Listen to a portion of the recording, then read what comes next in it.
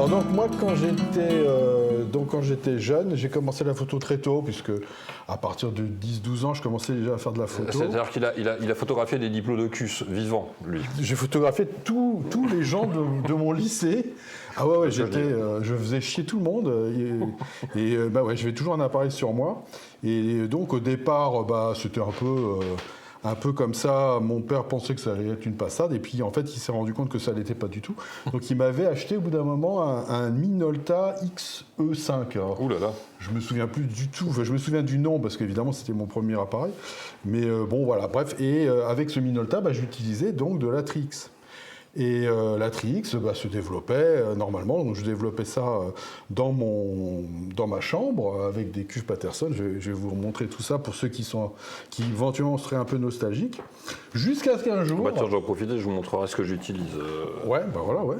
Et voilà, un jour, je suis tombé sur un livre qui était ce livre-là, voilà, et qui s'appelle Darkroom. Ouais. Et dans Darkroom, il faut savoir que moi, quand j'ai commencé la photo... je pensais d'abord que j'étais le seul à faire de la photo, bien évidemment, comme j'avais 12 ans. Oui, j'étais le roi du monde. Et puis mon père m'a dit, tu sais, il y a quand même d'autres gens qui font de la photo, je vais t'emmener à la Fnac et puis tu vas voir, il y a même un rayon photo. Ah bon ? Pour moi, les livres, c'était obscène, quoi. Jamais j'aurais lu un livre à 12 ans, je lisais pas de livre. Pour moi, il y avait c'était Balzac. Balzac, pour moi, c'était l'horreur, c'était l'école, quoi. T'avais Spider-Man, t'avais Par contre, Gadget, voilà, je lisais Marvel, je lisais Strange, Gaston, etc., mais pas des bouquins. Et puis, il m'emmène au rayon donc photos de la Fnac, et puis là, je tombe sur des tas de photos. Je me dis, waouh, il y a des gens qui font des photos, c'est fabuleux. Et il y avait un gars qui s'appelait Ralph Gibson, et qui, là, ça a été vraiment, la révélation totale, quoi. À partir de là, je me suis dit, je ferai de la photo. Voilà, et d'ailleurs, c'est ce que j'ai fait toute ma vie. Et ton père a préféré que tu fasses de la coke, en fait. Et mon père, mon père, en fait, il était assez content, finalement. Et donc, bref, Ralph Gibson, qui était donc, pour moi, le dieu des dieux, et j'ai vu qu'il avait fait un bouquin parce que Darkroom, en fait, c'est Leuchtturm Press, et Leuchtturm Press, c'est les éditions c'est la maison d'édition de Ralph Gibson. Et à l'époque, je connaissais tout de Ralph Gibson. Je pouvais dire carrément qu'est-ce qu'il prenait au petit déjeuner. J'ai un peu oublié entre temps, mais voilà, je connaissais tout. J'idolâtrais Ralph Gibson. Ça s'appelle du harcèlement, monsieur. Il faut arrêter maintenant. Non, vraiment. Et donc, quand j'ai vu ce bouquin, je me suis dit, c'est pas incroyable. Et qu'est-ce que je vois ? Je vois que donc, dans le bouquin, tous ces photographes-là que je connaissais pas et que je me suis empressé d'aller voir, ils donnaient leurs recettes, en fait. Ils donnaient leurs recettes de développement. Et Ralph Gibson donnait sa recette de développement. Et qu'est-ce que c'était, sa recette de développement ? C'était du Rodinal. Mais moi, le Rodinal, je l'utilisais. Je lui disais, quoi ? J'utilise le même révélateur que mon Dieu. Comment c'est possible ? Moi, je pensais qu'il utilisait un révélateur céleste, tu vois, un truc que personne n'utilisait. Je suis sûr que tu t'es évanoui quand le jour t'as... Alors là, ça a été un grand... là, je me suis dit, ah vache. Alors bon, la dilution, c'était pas la même. Mais bon, c'était déjà un peu ça. Combien était-il ? Et surtout quelle température, parce que lui, vu le grain qu'il utilisait, je pense qu'il la faisait chauffer. Exactement. Et puis, un peu en bougeant tout ça, j'en suis arrivé à, toujours dans le bouquin, il y avait des recettes on pouvait faire son révélateur soi-même. Génial. Et donc, je me suis mis à faire mon révélateur assez rapidement pour me sentir un demi-dieu, quoi. Vous voyez, j'étais déjà au-dessus du monde, parce que si je faisais mon révélateur, c'est quand même que j'étais vachement fort. T'étais plus très loin de Jésus, quand même. Là, quoi. Et donc, j'ai appris, après moult essais, à faire un révélateur qui fonctionnait, et qui était, en fait, après, je suis retombé, parce que je me suis rendu compte que c'était la recette la plus traditionnelle qui existait. Mais bon, moi, je savais pas. Puis, il n'y avait pas Internet à l'époque, c'était que des bouquins, etc. Bref, voilà, donc pour ceux que ça intéresse, je pourrais en fait, c'est vraiment la recette de base. Et donc, je travaillais avec de la Trix, ça marchait super bien avec de la Trix. Oui, c'est vrai. Et ça donnait beaucoup de grains, c'était vachement beau, j'adorais ça. Jusqu'à ce qu'un jour, je tombe sur ça. Et alors ça a été le coup de foudre total. C'était une pellicule assez étrange parce que, alors moi je la trouvais hyper étrange parce qu'elle se voilait toute seule. C'est-à-dire que même si on la mettait dans le noir le plus noir, elle ressortait quand même voilée par endroits. Alors après on m'a expliqué que c'est parce qu'elle était aussi un peu sensible au chaud, il fallait pas lui mettre des sources de chaleur, etc. Mais moi à l'époque je connaissais pas tout ça. Et donc cette pellicule-là qui s'appelait donc infrared tout bêtement, c'était une pellicule absolument fabuleuse que l'on développait donc Alors, dans des cuves Patterson de ce type-là, voilà, moi j'avais ça comme cuve Patterson. Je créais mon petit avec ce genre de petites balances. Oui, que déjà à l'époque on avait des cristaux liquides, hein, c'était pas rien quand même.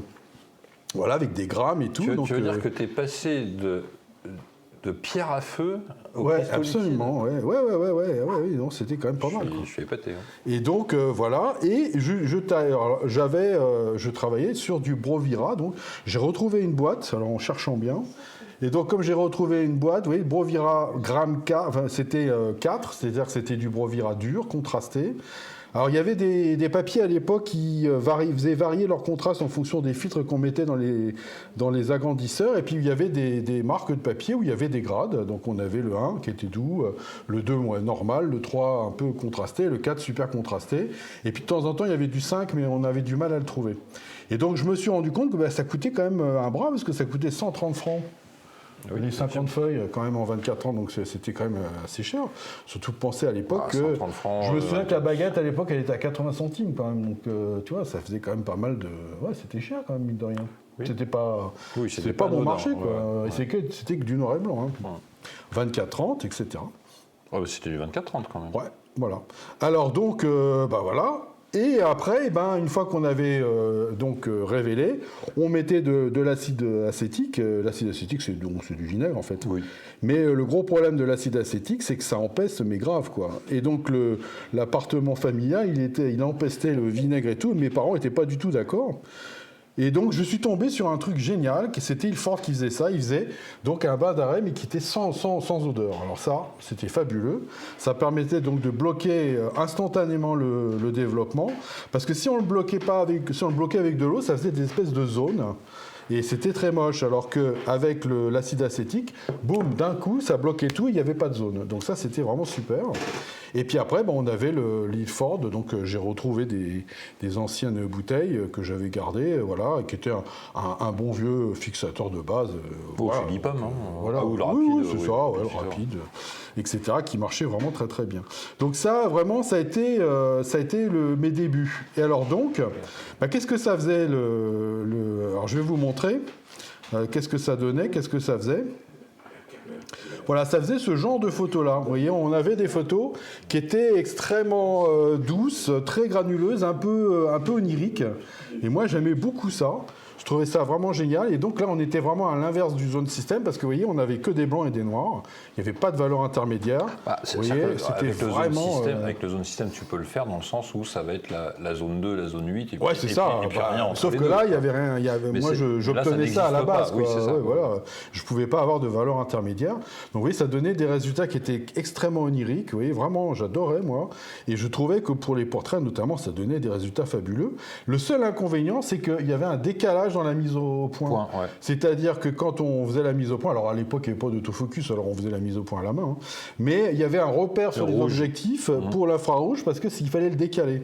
Alors il y avait des fois, je pensais le décaler, puis d'autres fois où je pensais pas trop à le décaler. Alors c'est toujours valable avec les optiques modernes. Voilà, et là, vous voyez, il n'est pas décalé, là. Oui. C'est-à-dire qu'en fait, justement, le travail, c'est-à-dire que les optiques modernes n'intègrent plus sur la sérigraphie, sauf exception vraiment, mais vraiment à la marge. Je crois que toujours sur les Leica et sur les Zeiss manuels, on l'a toujours, mais c'est vraiment les seuls. Après, il faut passer sur des optiques spécifiques qu'on utilise par exemple en reprographie, les Rodagon, les Schneider, etc. Bon, là, on parle d'optiques, entre Zeiss, Leica et Schneider & Co. L'entrée de gamme, elle est à 3000 balles, quoi, et on est plutôt sur de l'optique entre 8 et 10, c'est très spécialisé. Oui, là, je faisais ça avec un Minolta, avec un 50 mm. Et le 50 mm, il était F2 à l'époque, moi je ne savais pas tout ça. Et là, par exemple, le joueur en muséographie, on fait de la prise de vue en infrarouge.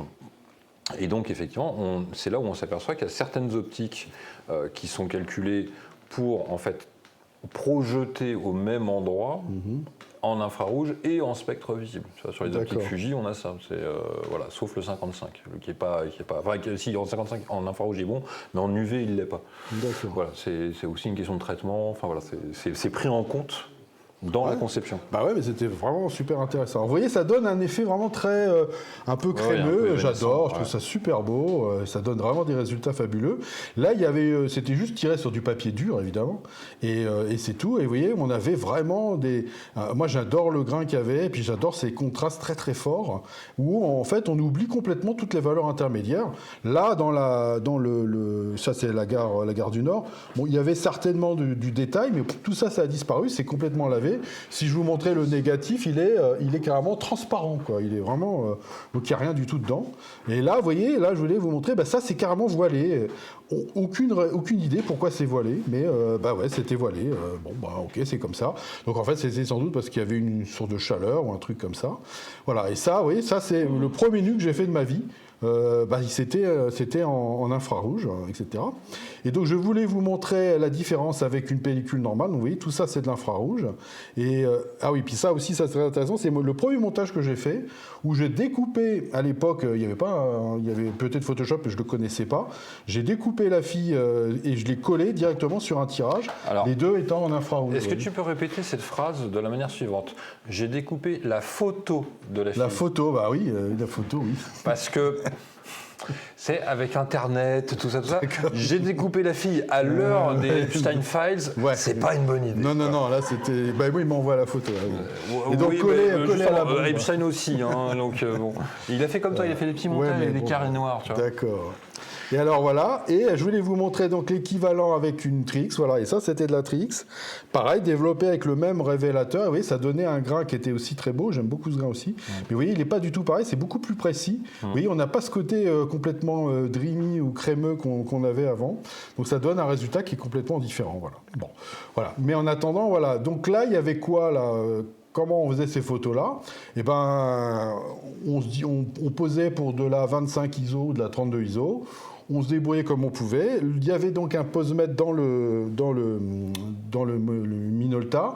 Et puis à partir de là, on shootait, puis on voyait ce que ça donnait. Puis ça donnait un peu ce que ça voulait, parce que en fait, il y a des fois ça marchait bien, et d'autres fois ça marchait pas du tout. On savait pas trop ce qui se passait. Donc la plupart du temps, je faisais toute la gamme. Je faisais F2, F4, F5, 6, F8, F11, F16. Comme ça, je me disais dans le tas, il y en aura une de bonne. Et puis, oui, il y en avait une de bonne la plupart du temps. Voilà. Mais c'était vraiment extrêmement aléatoire. Donc il y avait sans doute des moyens très scientifiques d'y arriver. Mais moi, à l'époque, oui, je faisais ça très empiriquement, mais ça marchait très très bien. Et à partir de là, j'ai fait beaucoup de photos avec de l'infrarouge. Donc là, je vous en montre que quelques-unes, mais j'ai fait beaucoup de photos en infrarouge parce que j'aimais beaucoup ça. Et jusqu'au jour où je suis passé en numérique et puis tout ça a disparu. D'abord, l'infrarouge a disparu, les films ont disparu, et puis on est passé à autre chose. Et c'est très bien. Je suis pas du tout nostalgique de l'argentique parce que ça puait, c'était certainement pas bon pour mes bronches ni d'une manière générale pour les humains. Pour pas grand chose. Toutes ces vapeurs qui se baladaient dans donc c'était certainement pas très bon. Donc je pense que c'est très très bien qu'on soit passé en numérique. Voilà, mais bon, c'était autre chose, c'était une autre vie, un autre noir et blanc qui à mon avis avait aucun rapport avec le noir et blanc qu'on connaît par ailleurs, qui est tout aussi bien. Hein, j'y mets aucune valeur là-dedans. Enfin voilà, il y avait un noir et blanc là qui était énormément plus contraste, quoi. Voilà, donc ça c'était donc la période infrarouge. Je voulais en parler parce que souvent on n'en parle pas beaucoup de l'infrarouge. Alors il y avait, je crois, aussi des films infrarouges en couleur. Mais alors ça, par contre, j'utilisais pas du tout parce que ça inversait les couleurs. Je trouvais pas ça beau. Je trouvais ça artificiel. J'aimais pas trop. Donc je préférais moi me cantonner à de l'infrarouge sur des portraits que je trouvais vraiment très beaux parce que sur des paysages c'était moins intéressant. Je trouvais que c'était trop artificiel. Voilà, donc ça c'était la partie infrarouge de base. Je vous montrerai un petit peu plus tard comment travailler le noir et blanc pareil, avec sans détail, enfin avec un autre type de détail, mais avec donc un plugin de Photoshop qui s'appelle Silver Effect, avec donc des réglages prédéfinis que je crée moi-même et que je vous montrerai comment on fait.